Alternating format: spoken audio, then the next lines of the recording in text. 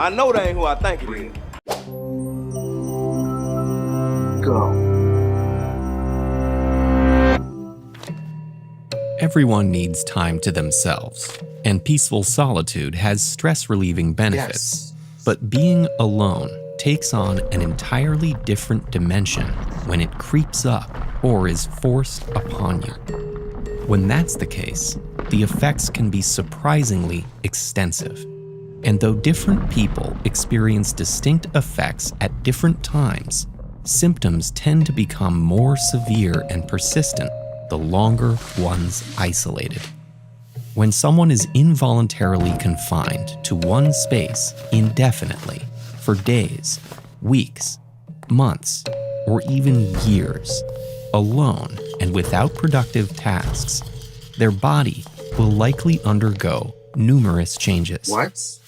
Let's take a look at what may happen and why. Early on, stress hormones may spike, and as time passes, that stress can become chronic. Social interactions and meaningful activities are essential for emotional stability. This may be because they provide us with what researchers call social reality testing, a sort of sounding board where we can gauge how rational our perceptions are. So, when someone's deprived of those kinds of communication and tasks, their sense of identity and reality becomes threatened. Their thoughts spiral and their impulses take the reins, setting the stage for depression, obsessions, suicidal ideation, and, for some, delusions and hallucinations. Over time, this prolonged agitation can cause the brain's limbic system, which regulates fear and stress, to become especially responsive and hyperactive. Meanwhile, the prefrontal cortex, the brain's hub for reasoning and moral judgment, may shrink, impairing one's focus, memory, and cognition. Overall, the balance shifts from rational thinking towards emotionality, and as someone remains in this state, the imbalance becomes ingrained, making them more prone to bouts of anxiety, rage, and irrational actions. Isolation will also affect other parts of the person's health. They may lose sense of time and have difficulties sleeping. They're more likely to experience heart palpitations, headaches, dizziness, and hypersensitivity. And they may also lose weight because of stress-induced digestive issues and poor appetite. One can attempt to cope by establishing the healthiest routine possible under the extreme circumstances, including robust exercise, reading, and writing. But that can only do so much. The United Nations, many human rights organizations, and experts classify this kind of forced, prolonged isolation as torture. And yet, it's something imprisoned people in many countries endure. Also called solitary confinement or restrictive housing, the practice is most common in the United States. In 2019, more than 120,000 U.S. prisoners lived in solitary confinement, spending 22 to 24 hours a day in mostly windowless cells spanning roughly 6 by 9 feet. Quaker groups introduced solitary confinement to U.S. prisons in the late 1700s as an alternative to corporal punishment, believing it could bring about reflection and penitence, hence penitentiary. But the practice quickly faced criticism from public figures all the way to the Supreme Court. Charles Dickens, for one, condemned solitary confinement as worse than any torture of the body. Its use dwindled, but then, in the 1980s, alongside more punitive, tough-on-crime laws, U.S. prison populations skyrocketed. As prisons grew crowded, incidences of protests, rebellions, and violence grew, and prison authorities increasingly used solitary confinement to maintain control. Many people have been placed in solitary confinement for minor, non-violent infractions, like talking back to prison guards. And solitary confinement is harmful to everyone, but many who've experienced it have pre-existing mental health disorders, which it only exacerbates. Solitary confinement also seems to have lasting effects that make readjusting to life outside of a cell difficult.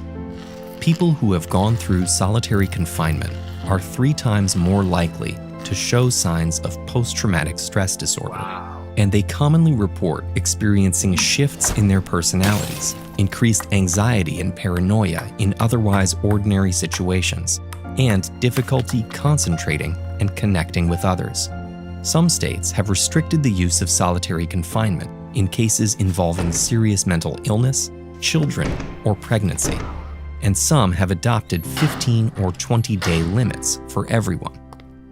But laws that regulate solitary confinement aren't always enforced, and prison authorities have created loopholes. Yet solitary confinement does immense damage that is contrary to rehabilitation, while failing to reduce prison violence. Meanwhile, other countries have centered more humane approaches. Norway, for example, imprisons far fewer people per capita than the US, while spending 5 times more per prisoner on accommodations, classes, and work release programs.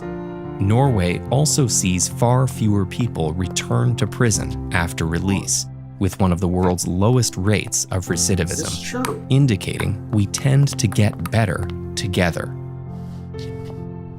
Every year, hundreds of thousands of people in the US who can't afford bail are forced to stay in jail until their case is resolved. Take a closer look at what has broken the cash bail system with this video.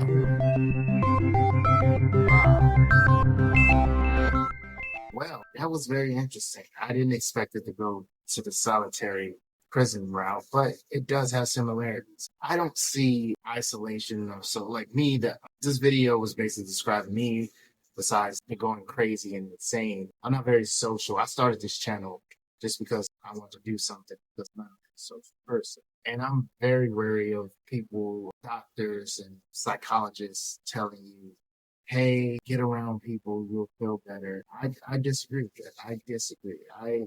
Just because you are alone doesn't mean you're lonely. And I want that to be studied or somebody say that. Just because you're alone doesn't mean you're lonely. Maybe sometimes it's good to be alone. I like being alone, not really with a lot of people around. I'm not very social and I don't feel the need to be social or I don't feel the need to I don't feel like I'm going crazy. The headaches, all of the stuff that the video said that could happen, prolonged social, not social contact. I do go to work. That's my only social contact with other humans, but I do this. I'm not social with anybody. This is very eye-opening, especially learning that Norway is a good place to go to jail. Better than the US, but they actually accommodate their trying to make sure they get better. And it actually works. It's actually working. They don't go back. So that's maybe the US, we probably need to go look into something like that. Maybe, because we don't want criminals.